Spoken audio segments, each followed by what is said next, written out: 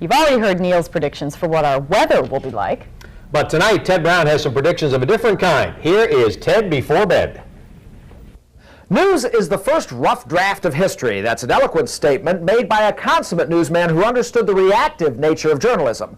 News first has to happen, and then we can report it. However, a couple of us longer-term news guys were discussing this a few days ago.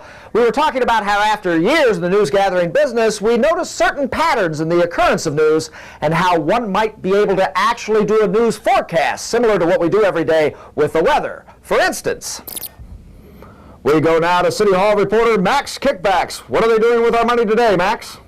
Well, here's a little of what taxpayers can expect from City Hall today, Ted. We're looking for some early morning ribbon cuttings on the south side. In the central core area, some discretionary budget money will get spent sometime around noon. Looks like playground equipment.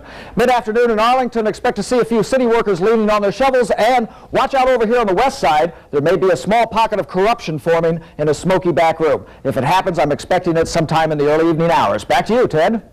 Thanks, Max. And now, for a look at how your child's education is shaping up, let's head over to School Board Beat reporter Stanley Studios. Stan?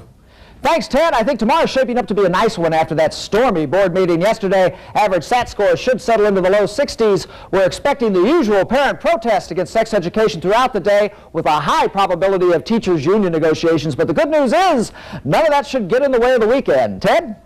Thanks, Stan. And now, is it your time to get hit by crime? Let's ask our police beat reporter, Fred Flatfoot, for his fearless forecast. Fred? Thanks, Ted. Wow, everyone loves those sunny skies we've been having, including the burglars. That's why on Freddy's fearless 4-day forecast, I'm looking for an increase in daylight robberies on Thursdays. That'll continue into Friday. Then in the evening hours, vandalism will be on the upswing as we move into the weekend. Saturday's full moon means more in the way of gang activity throughout most of the city. Then Sunday could be a trouble spot because I think we'll have a higher probability of carjackings, especially around those busy convenience store intersections. Ted? Thanks, Fred, and thank you for joining us tonight. Okay, so what we predicted didn't happen. The weather forecast isn't always right either. If we're wrong, hey, you don't find out until the next day, and then why mention it? That's yesterday's news. Ted Brown, Channel 4 Eyewitness News.